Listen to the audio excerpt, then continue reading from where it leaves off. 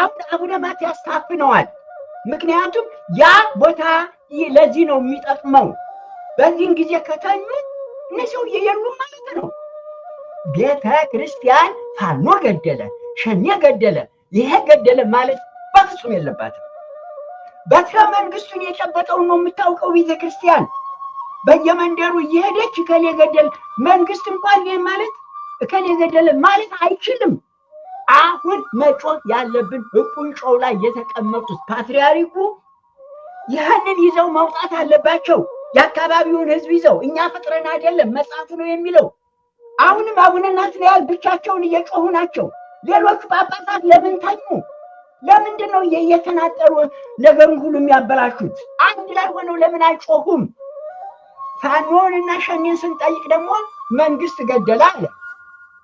ኦኬ፣ በወያኔ ጊዜ የነበሩት አባቶች ታራሚ እያለ ወያኔ ሲገል ታራሚ እያሉ አብረው ይገሉ ነበረ። ሞተዋልና በእነሱ ቦታ ህይወት ያለው ሰው ተካ። አለበለዚያ ግን ህዝቡ ራሱ መነሳት አለበት። መጽሐፉ የሚለው ይሄንን ነው። ስለዚህ ሳዊሮስ አብሮ የሚገድል ማህበር እዛው ቤተ ክህነት ውስጥ አቋቋመ። ያ ማህበር ነው አሁን የተንቀሳቀሰ። የፖለቲካ ሰዎችም በየግላቸው ከመንጫጫት ይልቅ ተጽዕኖ ያሳድሩ። ከኛ ጋር ቁሙ ባካችሁ። በየግላችሁ የምታደርጉት ጫጫት አይሰራም። እስካሁን ድረስ ሄዳችሁበት እዩት።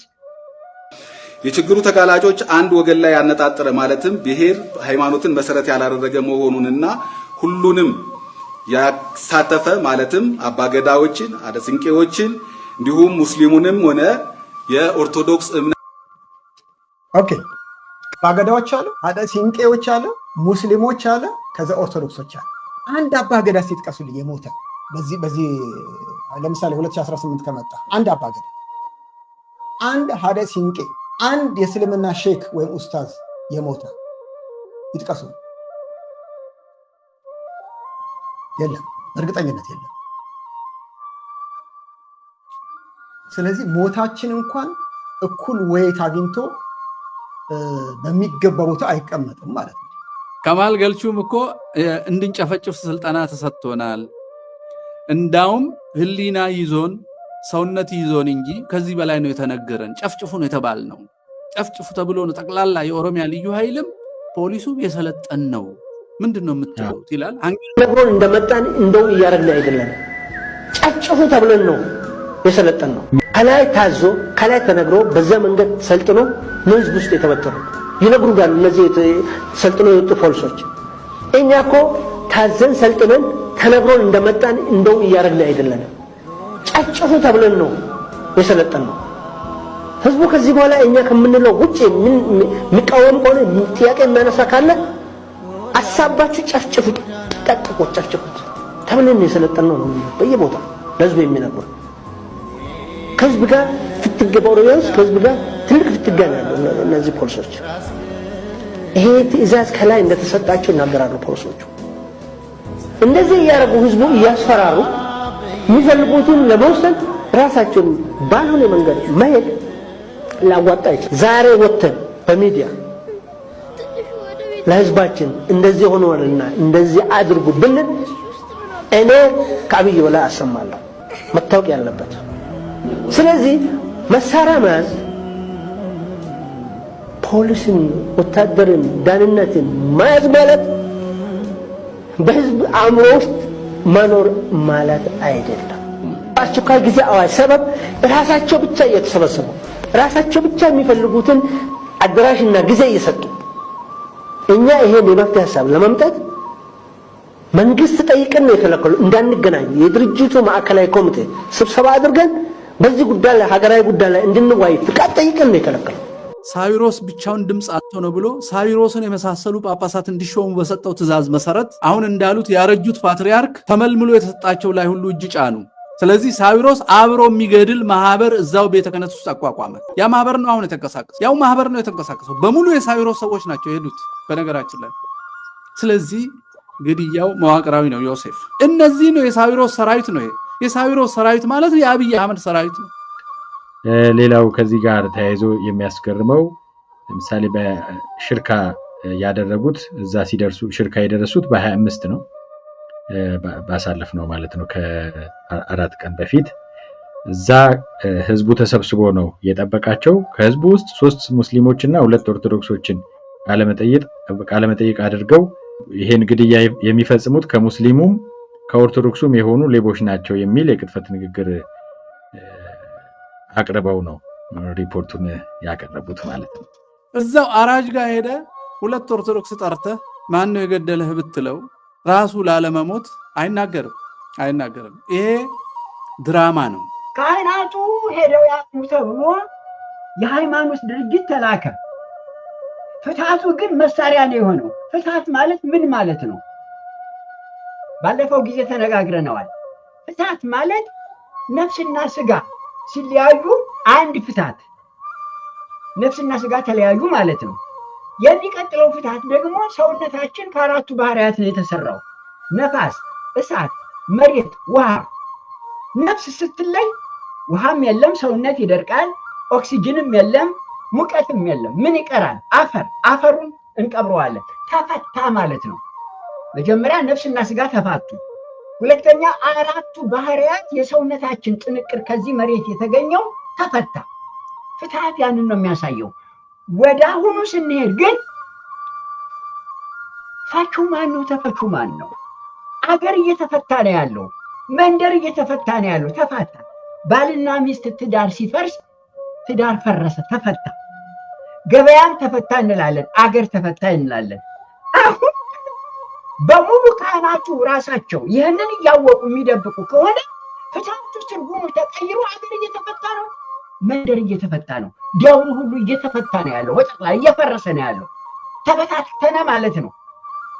ፍትሃት የምንለው ሰው ሲሞት እነዚህን አሁን የነገርኳችሁን ለማወጅ እና ግብረት ለማድረግ ነው እንጂ ከተስካሩ ከድግሱ ከምኑ ጋር በፍጹም የተያዘ አይደለም። ከመትስኩ ይኩን ተስካሮሙ አሁን ተመልከቱ እንግዲህ ይሄ የሆነ ነው ያለው። ታዲያ ምንድን ነው የሚደረገው? ፈቹ ማን ነው? ተፈቹስ ማን ነው? እንግዲህ መንግስት አሁን እንዳላችሁኝ ፋኖ ገደለ፣ ሸኔ ገደለ አለ።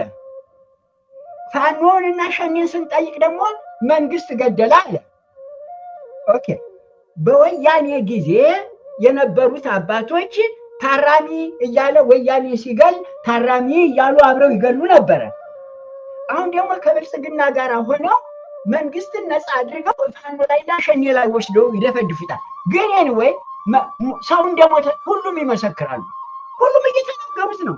ሁሉም እየተናገሩት ነው። ታዲያ ማነው ኃላፊው? ማነው ተጠያቂው? ቤተክርስቲያን ምን ማድረግ ነበረባት? ቤተክርስቲያን ፋኖ ገደለ፣ ሸኔ ገደለ፣ ይሄ ገደለ ማለት በፍጹም የለባትም። በትረ መንግስቱን የጨበጠውን ነው የምታውቀው ቤተክርስቲያን። በየመንደሩ እየሄደች እከሌ ገደለ፣ መንግስት እንኳን ይሄ ማለት እከሌ ገደለ ማለት አይችልም። በትረ መንግስቱን የጨበጠው ተጠያቂው እሱ ነው። እንዴ በመንግስቱ ኃይለማርያም ጊዜ ለተገደለው ሁሉ የሚጠየቀው መንግስቱ ኃይለማርያም ነው እንጂ በየመንደሩ ገዳዩን አይደለም። ማንም ይግደል እዚያ ውስጥ መግባት የለባትም። በአቶ መለሰ ጊዜ ተጠያቂው አቶ መለሰ ናቸው። ማንም ይግደል። አሁንም በአብይ ዘመን ለሚገደለው በትረ መንግስቱን የጨበጠው መንግስት እንጂ ቤተክርስቲያን ወርዳ እከሌ ገደለ ያ መንግስት ይበለው ለማምለጥ። እነሱ ምን አገባቸው? ማን መስካሪ ያደረጋቸው? ስለዚህ ምን ሆነ? ደሙን ቤተክርስቲያን እየወሰደችው ነው ማለት ነው። ቤተክርስቲያን ግን አልልም።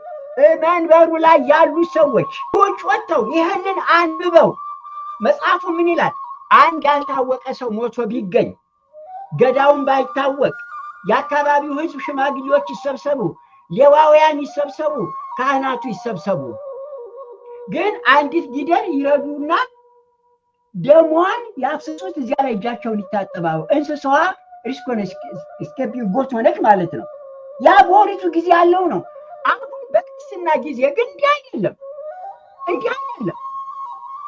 ፓትርያርኩ የተቀመጡት ለዚህ ነው፣ ለሌላ ሲምቦል አይደለም። አያችሁ፣ ጳጳሱ ቢጮህ ያ ቢጮህ ምንም ነገር የምናመጣው ነገር የለም። አሁን መጮህ ያለብን ቁንጮው ላይ የተቀመጡት ፓትርያርኩ ይህንን ይዘው መውጣት አለባቸው። የአካባቢውን ህዝብ ይዘው እኛ ፈጥረን አይደለም መጽሐፉ ነው የሚለው ህዝቡን ይዘው ይውጡ ይላል። ማንን? የሲኖዶሱን አባላት፣ ማንን? የመምሪያ ኃላፊዎች፣ ማንን? የገዳም አበምኔት፣ ማንን? በዓለም ዙሪያ ያለው እየተንጫጫ ያለውን የፖለቲካውን ግሩፕ ሁሉ ጥሪ ማድረግ አለባቸው። አሁን የፖለቲካ ሰዎችም በየግላቸው ከመንጫጫት ይልቅ ተጽዕኖ ያሳድሩ። ከኛ ጋር ቁሙ ባካችሁ። በየግላችሁ የምታደርጉት ጫጫታ አይሰራም። እስካሁን ድረስ ሄዳችሁበት ይሁት ፖለቲካው ስብስብ ብሎ ቤተ ክህነት ውስጥ ገብቷል። አሁን በአብይ በኩል አቡነ ሳዊሮስ ጠቅላይ ስራ አስኪያጅ ሆነው ገብተዋል ታዝለው ተመልከቱ። በትግራይ በኩል በአቶ ጌታቸው ረዳ በኩል ገብቷል። አሁን አቡነ ማትያስ ታፍነዋል። ምክንያቱም ያ ቦታ ለዚህ ነው የሚጠቅመው። በዚህን ጊዜ ከተኙ እነሱ የሉም ማለት ነው። ባይሆነዋል ማለት ነው። መጽሐፉ የሚለውን ረስተውታል፣ ዘንግተውታል ማለት ነው። አሁን የኛ ጫጫታ በየግላችን የምናደርገው ጫጫታ መቆም አለበት። አባታችን ፓትርያርኩ ሆይ አሉ ወይስ የሉም? ከሌሉ እንቅበሩ እንዴ ይቀበሩ። ካሉ ግን ኃላፊነቱን ይወጡ። እዚያ ቁጭ ብለው እንዲያለቅሱ አይደለም። የለበሱት ልብስ ከራሱ ፀጉር እስከ ጥፍር ያለ የህብረተሰቡን ዲግኒቲ፣ ሞገስ፣ ክብር፣ ልዕልና፣ ህይወት ነው የሚያንጸባርቀው እንጂ እሱ ራሱ የሚያንጸባርቁበት ጌጥ አይደለም። ሚልክያስ ምን ይላል? ቤተ ክርስቲያኑ ይዘጋ፣ ቁርባኑንም አልፈልግም፣ ቅዳሴውንም አልፈልግም፣ አቁሙ። ይህንን የሚለው ማለት ሚልክያስ የመጀመሪያው ምዕራፍ ቁጥር 10 እንዳዩት ሚልክያስ ቁጥር 1 ምዕራፍ 1 ቁጥር 10 ዝጋ ዝጋ፣ መስዋዕትህንም ዕጣንህንም አልቀበልም፣ ዝጋ። ያዕቆብ ሐዋርያው ያዕቆብ ዕቃውን ይሰክሙ ዘንድ ህብቃቄ ይለዋል። ሰው እያለቀ ሰው እየሞተ ዝም ብሎ መተኛት ህብቃቄ ዘእንበለ ህብቃቄ ማለት እንዴ አፉንም አፍኖ የሚያደርገውን ነገር ሁሉ አፍኖ ህዝብ እያለቀ ከሆነ ዘእንበለ ህብቃቄ። ያዕቆብ ምዕራፍ 1 ቁጥር 26 ከራሳችን የምንዋጣው ነገር የለም። አሁን አባታችን ወይ ከህብቃቄ ይውጡ። አቡነ ማናቸው ናትናኤል እየጮሁ ድምፃቸው እየተሰማ ነው። አንድ ጳጳስ ብቻውን ቢጮህ የትም አይደርስም። ሁላችንም ብንጮህ የትም አይደርስም። አሁን በፓትርያርኩ ዙሪያ ያሉት ሰዎች ያልሆነ ነገር እየጻፉ እየወጡ እንዲያነቡ የሚያደርጉ ሰዎች ወዮላቸው። ፓትርያርኩ ረስተዋል፣ አርጅተዋል፣ ዝገዋል፣ እየተጠቀሙባቸው ናቸው። እሳቸው ከዚህ በፊት ማህበረ ቅዱሳንን ሲከሱ እኔ ለህዝብ አስረክቤያለሁ፣ ከዛሬ ጀምሮ የለውበትም ያሏት ቃል ዛሬ ለምን ጠፋች? ለምን ታፈነ? የሁሉ ህዝብ ሲያልቅ ያችን ቃል ለምን አይናገሯትም? ህዝብ ያለቀ፣ ህዝብ የሞተ፣ ህዝብ የተጨፈጨፈ እጄን እታጠባለሁ ዝም ብለን አይደለም። መስቀል አደባባይ ሄደው ይህንን ያነበብነውን አንብበው እጃቸውን ይታጠቡና ይጩት፣ ይለቀቁ። ህዝቡን አያስፈዱት እዚያ ቁጭ ብለው። ወገኖች እኔ የምለው ይሄንን ነው። ተናገርነው፣ አልነው። ጦቢት ምዕራፍ 2 ቁጥር 3 ተመልከት። በሙሉ መጽሐፍ ጦቢት የሚነግረን ይሄንን ነው። እንዴ ህዝቡ እኮ በየቀኑ ሰው ሲሞት የሚያደርገውን አብራርተን ብንናገር አንድ ጳጳስ አያላግጥም። አቡነ ጴጥሮስ ውጭ ወጥተው ይናገራሉ። እዚያ ሆነው የሚናገሩትን መናገር ሲገባቸው የከሸፈ ጥይት ውጭ ወጥተው ይተኩሳሉ። ጥሩ ነው መናገራቸው። አሁንም አቡነ ናትናኤል ብቻቸውን እየጮሁ ናቸው። ሌሎቹ ጳጳሳት ለምን ተኙ? ለምንድን ነው እየተናጠሩ ነገሩን ሁሉ የሚያበላሹት? አንድ ላይ ሆነው ለምን አይጮሁም? ይህንን ነው እኛ ተጽዕኖ ማድረግ ያለብን። ከመጽሐፉ አንውጣ፣ ከቀኖናው አንውጣ። ከተኙ እንቀስቅሳቸው፣ እምቢ ካሉ ግን አባረው ነው የሚለው መጽሐፉ። ሞተዋልና በእነሱ ቦታ ህይወት ያለው ሰው ተካ። አለበለዚያ ግን ህዝቡ ራሱ መነሳት አለበት። መጽሐፉ የሚለው ይሄንን ነው።